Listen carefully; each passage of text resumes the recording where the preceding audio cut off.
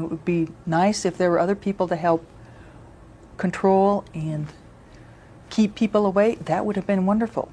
But that's not the circumstances that I had available that day. And consciously counting, I've got 18 bullets.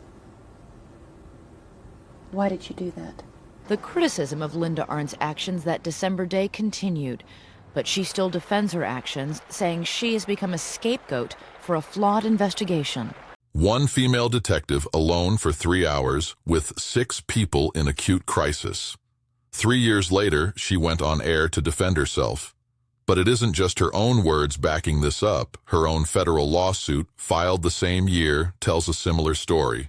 Today, we cross-reference both. I'm Marcus Wren, creator of the Tell Index, a 50-signal system for analyzing statements and behavior in criminal cases. Today's video is a bit different. This isn't a video hunting for signs of deception. It's a cross-reference video, checking whether a witness's explanation, former Detective Linda Arndt's, holds up against independent outside records.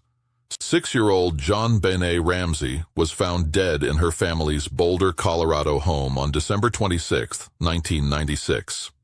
Linda Arndt was the first officer on scene and, for most of that morning, the only one there.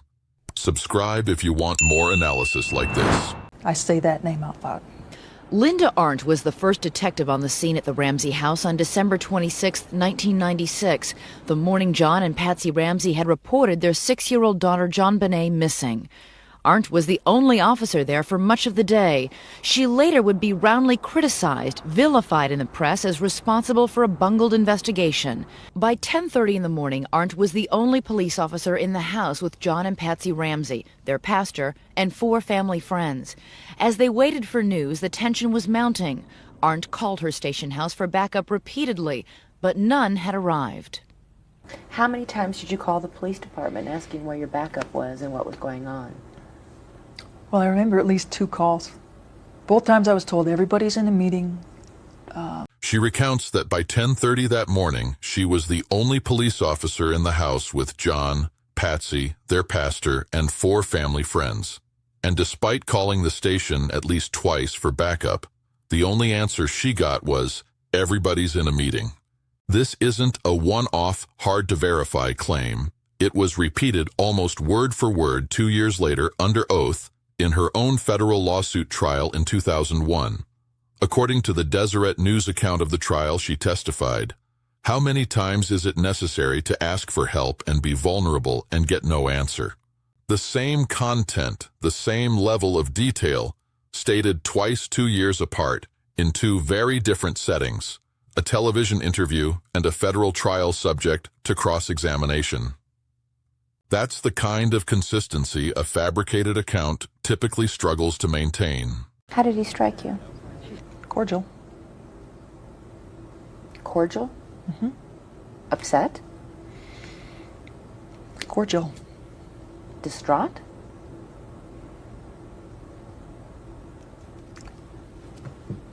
Cordial. Did it strike you at all that that was behavior that was unusual for somebody whose child was just kidnapped? It's been my experience that people respond to trauma in different ways. So if someone has a response that is different from mine, I don't put judgment to it. I'll just note it. And that is what she says she did all morning, make mental notes of all things curious, including, she says, the fact that Mr. and Mrs. Ramsey remained apart in separate rooms for most of the day. That at one point, she says John Ramsey took time out in the middle of the crisis to read his mail. I remember seeing John in the kitchen, looking through his mail, and I made a note that he was looking at his mail, and then I wondered, where did your mail come from? Isn't it possible maybe he was opening the mail looking for a clue from the kidnapper? I don't know, and I don't speculate. It's a piece of information that I see. It's something that I note. You thought it was unusual, however. I can say that it stuck out. 10 a.m., the deadline imposed by the writer of the ransom note for a telephone call. 10 o'clock comes and goes, and there's no acknowledgement within the house from anyone that the deadline imposed by the author of the ransom note has come and gone. Nobody said it's 10 o'clock and the kidnappers haven't called? Nobody said that. Was that something else you took note of? She describes how she noted several unusual details that morning. John Ramsey's cordial demeanor, the couple staying in separate rooms for most of the day, him reading his mail in the middle of the crisis, and the notable silence when the 10 a.m. deadline set by the ransom note's author passed, with no one in the house acknowledging it. What's notable is how she frames these observations. If someone has a response that is different from mine, I don't put judgment to it. I just note it. This is exactly standard investigative doctrine. Log unusual details for the record without prematurely concluding their cause, to avoid contaminating the investigation with early speculation. More notably, the very details she just noted without judgment in 1996, the mail reading, the separate rooms, the 10 a.m. silence, went on to become points many other independent investigators and journalists considered significant in the case record years after she first logged them. Her fieldcraft, in retrospect, held up over time. Although the house had already been searched by patrolmen before she arrived, Arndt says that in order to break the building tension, she asked John Ramsey and his friend Fleet White to search the house again, top to bottom, looking for anything out of place. She says she gave them specific instructions not to touch anything. Detective Arndt moved JonBenét's body from the hallway to the living room. John Ramsey came back into the living room, and he grabbed a throw that was on the back of a chair, and he says, could you please cover her body? And as he's saying it, he's already put the blanket on top of her. Arndt would later be harshly criticized for two key decisions: asking John Ramsey to search the house and allowing John Ramsey to place the blanket on JonBenét's body. You had to know that that was going to contaminate evidence. JonBenét's body was in and of itself a crime scene. Would it be nice if John hadn't found JonBenet? Absolutely. And would it be nice if he hadn't put a blanket? Yeah, it would be great. And it would be nice if there were other people to help control and keep people away. That would have been wonderful. But that's not the circumstances that I had available that day. The pastor led the Ramseys and their friends in prayer in the living room, holding hands as JonBenét's body lay before them. I thought that would be the best way to organize everyone, to keep them distracted, to keep them from touching JonBenet, and to keep them focused on something other than looking at JonBenet. 3 of her decisions were harshly criticized in the media, asking John to search again, allowing him to place a blanket on the body, and organizing prayer around the body. And each comes with a specific, logically checkable explanation. On the search request, she says the goal was to break the building tension in the house, and she gave explicit instructions not to touch anything beforehand. On the blanket, by her account, the instant John finished asking, "Can we please cover her?" his hand had already placed the blanket. An action happening in a split second, not something a single officer with no backup could realistically have physically prevented. On the prayer, she describes it as the best way to organize everyone, to keep them distracted, to keep them from touching JonBenet.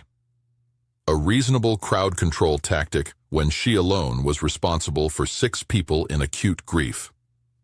All 3 explanations are consistent with the context established in round 1. A single officer, no backup, forced to make split-second decisions in a situation no training manual fully prepares you for. And he asked if she was dead. And I said, yes, she's dead. And I told him to go back to the room and to dial 911. And as we looked at each other, I remember, and I wore a shoulder holster, tucking my gun right next to me and consciously counting, I've got 18 bullets. Why did you do that? Because I didn't know if we'd all be alive when people showed up. I said everything made sense in that instance. And I knew what happened. Do you think your fear was well-founded? You bet I do. There's no doubt in my mind. To this day? Never wavered. You were afraid because you thought the killer was still in the house. I knew it. Absolutely? Absolutely. She describes a very specific moment. Right after confirming JonBenét was dead, she had a nonverbal exchange with John Ramsey. She says she'll never forget. Then backed away, hand on her gun, consciously counting that she had 18 bullets, because she believed the killer was still in the house and everyone's life, including her own, was at risk. Cross-referenced against standard police doctrine, this matches widely taught officer safety principles. When a single officer is at a homicide scene with no identified perpetrator and nothing rules out the killer still being nearby, checking one's weapon and readiness is a trained reflex, not a sign of excessive panic. She also states plainly 20 years later that this fear never wavered in her mind. A consistency of personal belief across many years, though unlike the previous 2 points, this one can't be independently verified through outside records.